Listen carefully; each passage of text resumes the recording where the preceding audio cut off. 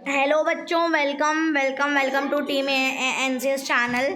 तो बच्चों, आज हम पढ़ने वाले हैं क्लास 8 का चैप्टर जो है आपका कॉन्स्टिट्यूशन, द इंडियन कॉन्स्टिट्यूशन जो चैप्टर है वो आज हम बहुत अच्छे से पढ़ने वाले हैं। ठीक है, तो चलिए अब हम इसको पढ़ना स्टार्ट करते हैं। ओके, इंडियन कॉन्स्टिट्यूशन के बारे में कि इंडियन कॉन्स्टिट्यूशन यानी कि कॉन्स्टिट्यूशन क्यों बनाया था, व्हाट इज़ कॉन्स्टिट्यूशन। ठीक है, तो इंडियन कॉन्स्टिट्यूशन के बारे में हम इस पूरे चैप्टर में जानने वाले हैं कि कॉन्स्टिट्यूशन क्यों ज़रूरी होता है, संविधान क्यों ज़रूरी होता है। तो आप सबको पता होगा कि इंडिया का ये संविधान है, कॉन्स्टिट्यूशन ऑफ इंडिया, जो कि भीमराव अंबेडकर जी ने लिखा था। ठीक है, ये कॉन्स्टिट्यूशन इंडिया के पहला पेज पे आपको दिखेगा प्रीएम्बल लिखा हुआ, जस्टिस, लिबर्टी, इक्वालिटी, फ्रेटर्निटी। इसका मतलब इंडिया के कॉन्स्टिट्यूशन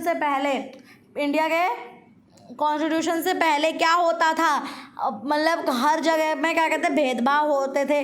तुम लोअर कास्ट पीपल हो तो लोअर कास्ट पीपल वालों को बहुत परेशान किया जाता था, जैसे कि दलित लोगों को नीचा समझा जाता था और क्षत्रिय और ब्राह्मण को सबसे ऊपर माना जाता था। तो ये फिर कॉन्स्टिट्यूशन आने के बाद ये सब बुराइयां खत्म हो गई और सब लोग इक्वल हो गए। तो सबसे पहले अगर हम कॉन्स्टिट्यूशन की बात करें तो कॉन्स्टिट्यूशन का मतलब होता है रूल। तो हमें रूल क्यों चाहिए होता है, why do we need rules. तो हमें कॉन्स्टिट्यूशन क्यों ज़रूरी है, कॉन्स्टिट्यूशन क्यों ज़रूरी है, देखते हैं। Do you think rules are needed here. क्या आपको लगता है कि यहाँ पे एक गेम खेल रहे हैं, यहाँ पे ये बच्चे फुटबॉल खेल रहे हैं, क्या आपको लगता है ये गेम ऐसे ही खेल रहे हैं, पैर से बस मारो, कहीं से भी मारो, या फिर इस गेम में भी कोई रूल है। यस बच्चों, आप सही कह रहे हैं, इस गेम में भी कोई रूल होता है। तो जब आप कोई गेम खेलते हैं तो हर जगह पर रूल्स होते हैं, जैसे कि फुटबॉल के गेम के भी कुछ रूल्स हैं, दैट कि इतने प्लेयर्स रहेंगे और ऐसे बॉल मारनी। तो ये है रूल्स, ऐसे ही रूल्स होते हैं इंडिया में। ठीक है, इसी को बोलते हैं कॉन्स्टिट्यूशन।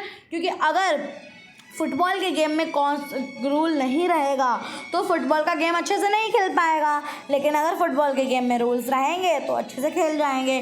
जैसे कि अभी एक और बात बता दें, क्या है, स्कूल में बच्चे पढ़ते हैं ना, क्या वहाँ पे रूल ज़रूरी है, क्या वहाँ पे रूल ज़रूरी है? बिल्कुल, वहाँ रूल ज़रूरी है, वरना बच्चे कुछ भी कर सकते हैं। तो ये गलत है। यानी कि जैसा वहाँ पे रूल्स हैं स्कूल में, वैसे ही यहाँ पे कॉन्स्टिट्यूशन ऑफ इंडिया में भी है। ओके, ठीक है।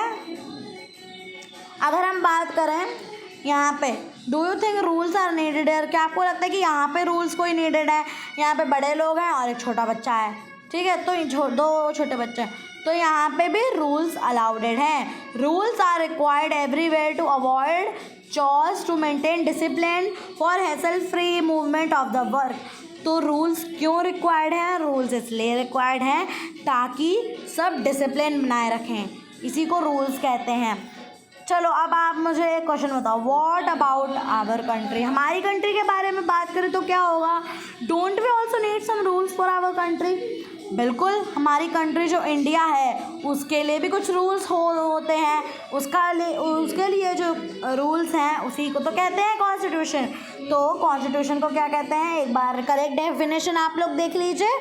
अ written document in which we find such rules is called a constitution. जहाँ पे कोई मतलब एक रिटन डॉक्यूमेंट होता है जिसमें रूल्स लिखे होते हैं और उस रूल्स के खिलाफ कोई अगर जाएगा तो उसको क्या कहते हैं, सजा दी जाएगी। तो a written document in which we find such rules are called constitution. ठीक है, इसी को कहते हैं कॉन्स्टिट्यूशन। ठीक है, यहाँ पे आपको देखा होगा 1934 में कांग्रेस जो थी, कांग्रेस जो हमारा सेकेंड जो दुनिया का वो था। ओके, तो अगर हम बात करें कि एक कंट्री को, जैसे सिर्फ हम इंडिया की बात नहीं कर रहे हैं ना, हर कंट्री की बात कर रहे हैं, हर देश की बात कर रहे हैं। तो क्या आपको लगता है कि इंडिया को अगर कॉन्स्टिट्यूशन चाहिए तो क्या हर एक कंट्री को कॉन्स्टिट्यूशन चाहिए? ये करेक्ट है, yes. Let's the situation of Nepal.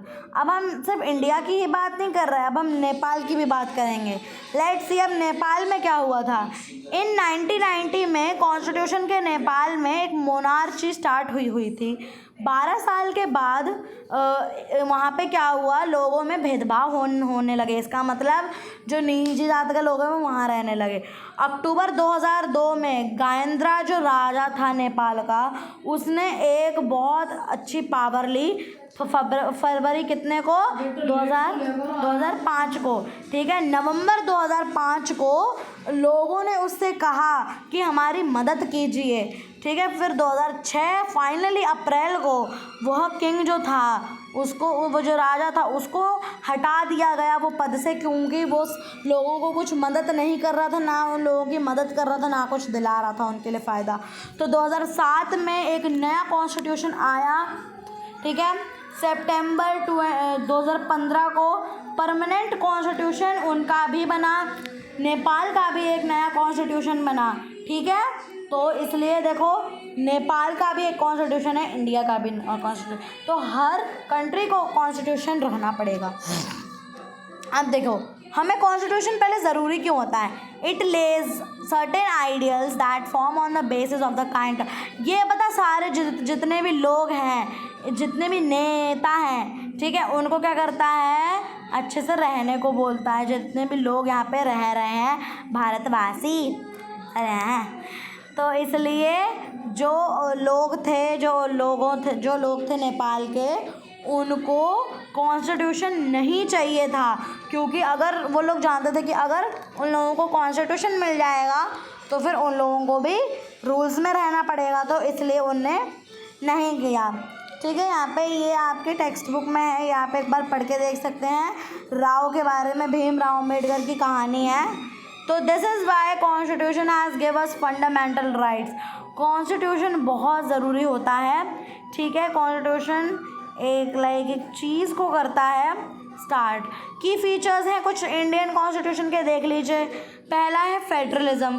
Federalism का मतलब होता है बच्चों, किसी भी मतलब जैसे किसी भी रिलीजन है उसके बीच में भेदभाव ना हो।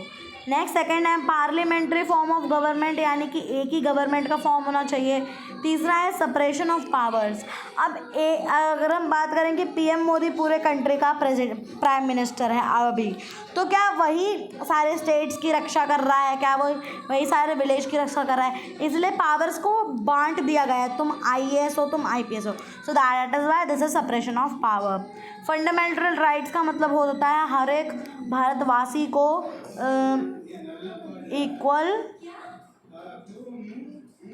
इक्वल हो है। सेक्युलरिज्म का मतलब क्या होता है? सेक्युलरिज्म का मतलब होता है हर लोग इक्वल हैं। क्लियर? जैसे कि फेडरलिज्म का मतलब 3 टाइप ऑफ गवर्नमेंट है इंडिया में।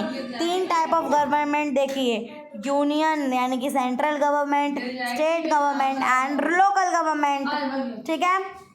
अब पार्लियामेंट्री फॉर्म क्या है इंडिया का? जैसे अगर यूनिवर्सल एडल्ट फ्रेंचाइज, ठीक है, ये है इंडिया का पार्लियामेंट्री। और सेक्युलरिज्म का मतलब आपको पता है कि हर रिलीजन्स के लोग जो हैं वो सब इक्वल हैं। Thank you so much children ये चैप्टर को पढ़ने के लिए। और भी नए चैप्टर्स यहाँ पे हैं, पीपीटी फ्री की डाउनलोड है, ब्रिज कोर्स है, हर चैप्टर का, हर क्लास का।